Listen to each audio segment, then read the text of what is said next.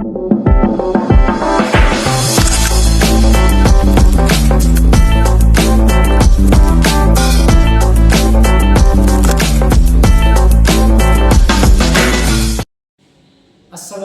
warahmatullahi wabarakatuh.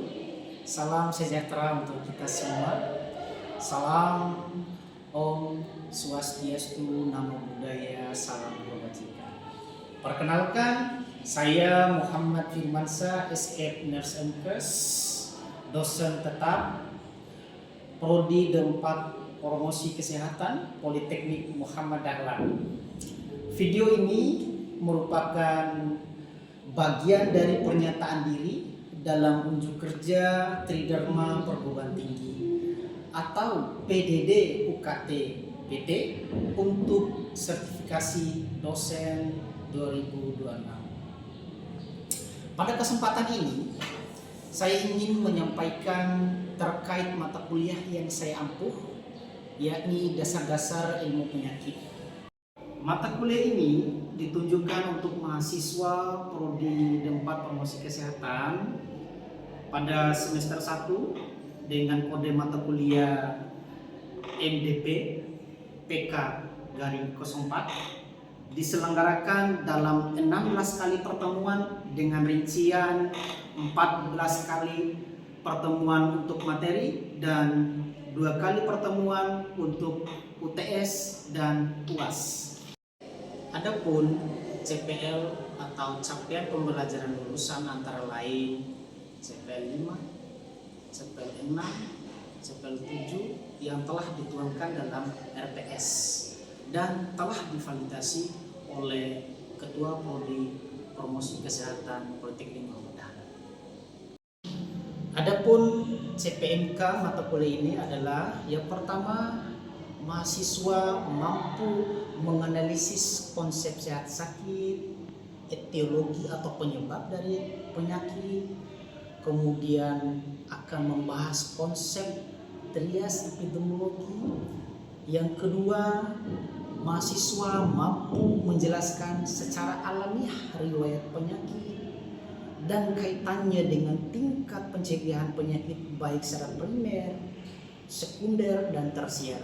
Kemudian yang ketiga, mahasiswa mampu menganalisis faktor risiko, manifestasi klinis atau gejala penyakit, dan mahasiswa dituntut untuk mampu merancang strategi dalam promosi pencegahan penyakit. Dan yang keempat, mahasiswa dituntut menganalisis faktor risiko dari penyakit tersebut, dan mahasiswa dituntut untuk mampu berkomunikasi dalam edukasi, penyuluhan, dan promotor kesehatan pada masyarakat. Supaya apa? Supaya mahasiswa ini dituntut untuk mampu merubah perilakunya siapa? Perilakunya masyarakat. Untuk apa? Untuk mencapai derajat kesehatan secara optimal. Adapun 3 komponen utama dalam proses pembelajaran mata kuliah ini. Yang pertama ada delivery, yang kedua interaction, yang ketiga assessment. Dan untuk delivery itu penyampaian materi berupa pemberian atau penyampaian dalam bentuk PPT. Kemudian yang kedua interaction, yaitu adanya komunikasi 2 arah antara dosen dan mahasiswa. Kemudian yang ketiga itu asesmen berupa bentuk penilaian dosen terhadap mahasiswa, baik dari segi kehadiran, dari segi tugas kelompok, dari segi tugas individu, dan dari nilai ujian tengah semester dan ujian akhir semester. Baik, berikut ini adalah proses video pembelajaran dalam pertemuan pertama mata kuliah dasar-dasar ilmu penyakit. Mari kita simak bersama.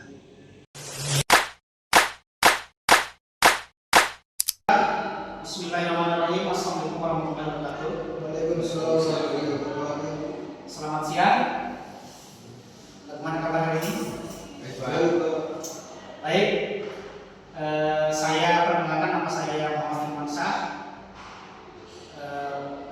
hari ini pada pertemuan pertama ini kita akan melakukan kegiatan belajar mengajar dengan mata kuliah dasar-dasar ilmu penyakit.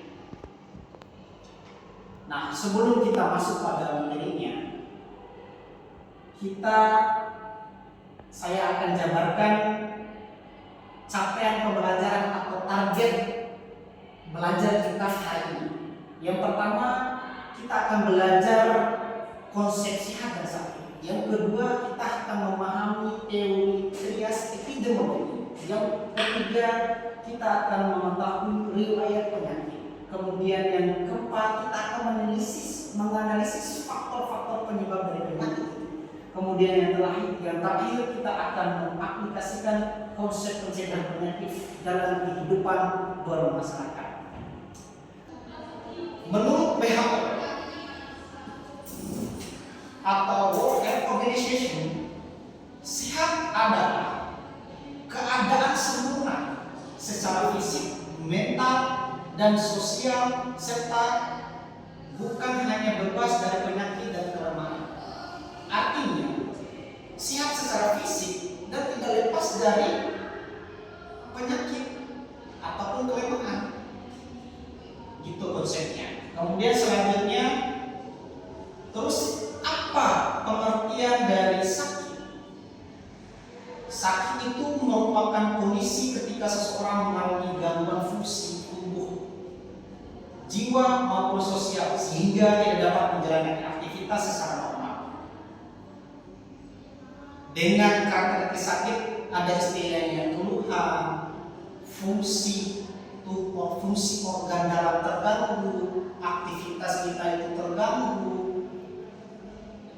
Contohnya yang paling sederhana penyakit yang umum di masyarakat itu adalah yang pertama demam berdarah, hipertensi, diabetes, tuberkulosis.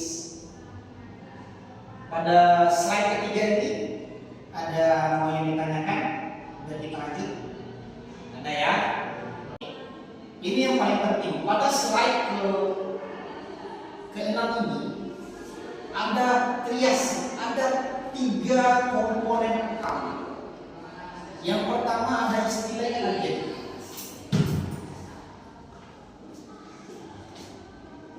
Tiga komponen interaksi penyakit. Ada yang namanya agen, ada istilahnya lingkungan,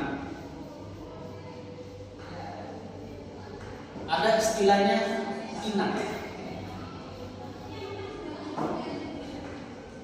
Dari 3 komponen ini terjadi interaksi penyakit. Kemudian saudara Irfan dan Dimas, ada pertanyaan terkait ini sebelum saya lanjutkan ke slide selanjutnya? Saya Pak. Ya, silakan Dimas. Apa yang dimaksud dari proyek agen hubungan dan ini? Oke, baik. Kita itu adalah prodi promosi kesehatan. Artinya, sebelum kita melakukan promosi kesehatan, tentu kita harus paham dasar-dasar ilmu penyakit. Maka dari itu, ada 3 komponen utama ini yang menjadi faktor. Agen ini adalah penyebab. Ini adalah penyebab. Penyebab itu apa Dimas? Ada istilahnya virus, ada istilahnya bakteri, ada istilahnya protozoa, ada istilahnya satu lagi itu jamur. Nah, inilah penyebab-penyebab yang menyebabkan penyakit. Jadi itu hubungannya. Kemudian lingkungan. Lingkungan ini lingkungan yang tidak sehat. Contoh Di rumah kita ada orang yang buang sampah sembarangan. Nah, buang sampah sembarangan itu akan tumbuh jentik-jentik nyamuk sehingga mempercepat pertumbuhan nyamuk. Nyamuk itu demam berdarah, penyakit demam berdarah itu disebabkan oleh kita nyamuk. Contoh di rumah kita ada genangan air yang di rumah yang tidak sering dibersihkan. Nah, disitulah sebagai tempat berkembangnya jenis-jenis nyamuk. Itulah yang menyebabkan salah satu penyakit ini. Kemudian yang terakhir, inang. Inang ini apa? Inang itu adalah tempat untuk berkembangnya bakteri di sini. Spigeli itu adalah manusia. Inang itu adalah manusia. Tempatnya untuk agen ini. Jadi 3 komponen ini yang saling berinteraksi atau saling terhubung sehingga menyebabkan suatu penyakit seperti itu, Dimas. Di hadir Vivan, ada pertanyaan? Ada ya? Kita lanjutkan. Ini slide yang ke-6. Oke.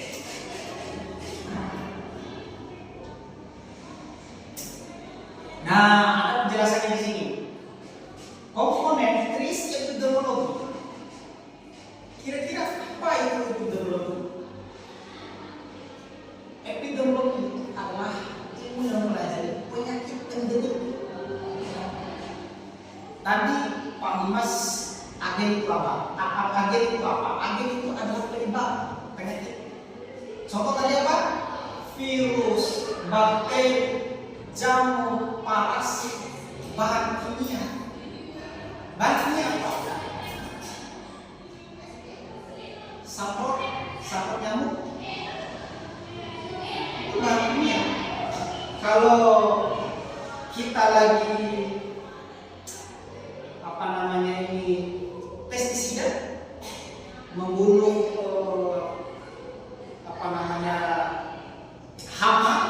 padi, hama tumbuhan itu bahan kimia. Contoh, itu sangat mempengaruhi kesehatan. Itu agen penyebab. Radiasi, ternyata radiasi ini dapat mempengaruhi penyakit. Dapat menyebabkan contoh radiasi apa Pak Firman? HP, sinar matahari, lampu, laptop, LCD, itu radiasi. Itu salah satu penyebab yang menyebabkan penyakit. Kemudian kita masuk pada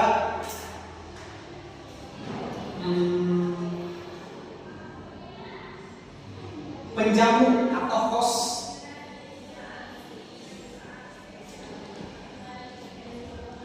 Orang yang berisiko terkena penyakit dipengaruhi oleh, ternyata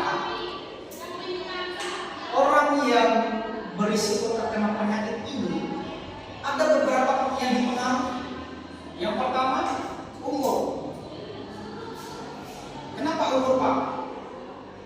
Usia kecil, usia bayi, anak, remaja, dewasa, tua, itu beda daya tahan tubuhnya, sehingga usia bayinya rentan terhadap bakteri, virus, penyebab agen tadi. Gitu. Kemudian jenis kelamin. Kenapa jenis kelamin?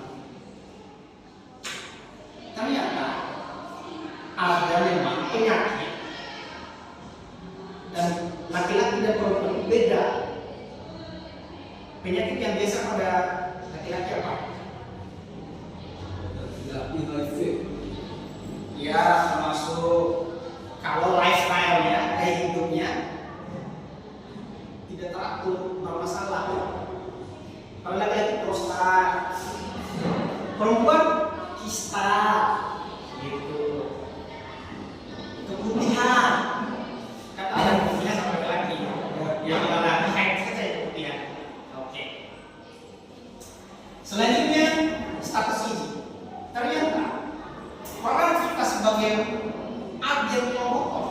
promosi kesehatan itu mengedukasi tentang gizi. Selain umur dan selain gizi inilah yang mempengaruhi proses tumbuh kembang pada manusia, yang mempengaruhi penyakit pada manusia. Sehingga pemerintah memprogramkan 1000 awal kehidupan. Jadi pemerintah mewanti-wanti program stunting karena gizi ini sangat mempengaruhi tumbuh kembang pada manusia, termasuk mempengaruhi penyakit. Sekarang program pemerintah yang lagi viral adalah program MBG. Nah, program inilah yang menjadi peran kita, yang harus kita dukung. Kenapa harus kita dukung program ini? Karena memberikan gizi pada anak-anak yang lagi proses tumbuh kembang. Kalau MBG dikasih sama anak-anak dan sesuai dengan gizinya, standar gizinya yang sesuai, itu akan mempengaruhi tumbuh kembang generasi masa depan. Gitu. Kemudian kekebalan tubuh. Ini saling terhubung dengan kekebalan tubuh. Ya, setiap orang punya gen yang berbeda. Itu yang otomatis kekebalan tubuh. Oke, kesimpulan. Kesimpulan pertama, sehat itu merupakan suatu kondisi yang baik. Sehat secara fisik, mental, sosial, spiritual. Spiritual itu keyakinan beragama, sehat secara beragama dan optimal. Yang kedua, penyakit terjadi karena interaksi. Interaksi dari 3 komponen tadi, ada agen, lingkungan, dan inang atau manusia. Kemudian riwayat diamnya penyakit, penjelasan perjalanan penyakit dari sebelum hingga akhir penyakit. Kemudian terakhir, pencegahan dilakukan pada sikap tahapan untuk menurunkan angka kesaktian dan kematian. Artinya seorang promotor kesehatan melakukan penyuluhan, melakukan edukasi untuk apa? Untuk merubah perilakunya siapa? Perilakunya masyarakat yang bagaimana, masyarakat yang gaya hidupnya, lifestyle-nya tidak bagus, tidak sehat, sehingga perlu dilakukan edukasi supaya visi misi negara mengoptimalkan derajat kesehatan masyarakat itu tercapai. Seperti itu. Oke. Selanjutnya sampai di sini sudah tahap kesimpulan. Ada pertanyaan selain dari Dimas tadi? Ada pertanyaan? Ada, Pak. Oh ya, silakan. Bagaimana peran kita sebagai calon penyuluh untuk mencegah penyakit pada masyarakat? Apa yang kita lakukan, Pak? Oke, baik. Seperti yang saya sudah sampaikan tadi, bahwa kita sebagai promotor kesehatan atau penyuluh kesehatan atau indikator kesehatan itu tidak hanya melakukan penyuluh saja, tapi prodi ini mahasiswa dianjurkan memiliki kemampuan ilmu pengetahuan tentang dasar-dasar penyakit. Seseorang harus paham dasar penyakit, dasar sehat, penyebabnya apa, sehingga kita dapat menyampaikan kepada masyarakat itu secara baik. Seperti itu. Intinya, kita harus memberikan edukasi yang efisiensi, yang mudah dipahami. Selain kita menggunakan bahasa Indonesia, kita juga mengkombinasikan dengan bahasa lokal, sehingga apa? Masyarakat itu bisa menyerap apa yang kita sampaikan tentang edukasi kita untuk masyarakat. Ada tambahan? Oke, siap. Ya, baik. Sebelum kita menutup materi atau pembelajaran hari ini, nanti kita akan review di pertemuan selanjutnya. Saya akan memberikan tugas individu. Nanti Pak Dimas akan mereview jurnal terkait jurnal sehat sakit pada manusia. Saya ada judul jurnal yang berkaitan dengan sehat sakit pada manusia. Kemudian tugasnya Pak Dirvan itu sama juga. Nanti kita akan diskusi ke depan perbedaan review-review jurnal yang Dimas dan Dirvan cari di internet. Sekian pertemuan kita hari ini. Wassalamualaikum warahmatullahi wabarakatuh. Baik, terima kasih telah menyaksikan video pembelajaran dalam persyaratan sertifikasi dosen tahun 2026. Akhir kata, wassalamualaikum warahmatullahi wabarakatuh. Terima kasih.